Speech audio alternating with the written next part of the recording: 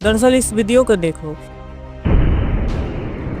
इसमें जो वोल्केनो फटा है वो दक्षिण अफ्रीका का एक सटा हुआ देश है इथियोपिया, उसमें फटा है जहाँ पे बहुत ज्यादा वोल्केनो पाया जाता है। ये ईस्ट अफ्रीका रेप वैली का ही हिस्सा है और इसमें से जो धुआं निकला है वो यमन, ओमान, पाकिस्तान से होते हुए इंडिया में आया है। पृथ्वी के जो टाइटेनिक प्लेट है वो अलग हो रहे हैं, साउथ अफ्रीका और नॉर्थ अफ्रीका, जिसके कारण यहाँ पे जो वोल्केनो है वो एक्टिव हो जा रहे हैं। दिल्ली के कितने प्लेन को कैंसिल किया गया। इसमें का जो रॉक के पार्टिकल्स होते हैं और ग्लास पार्टिकल्स वो सीधा इंजन को डैमेज कर सकते हैं।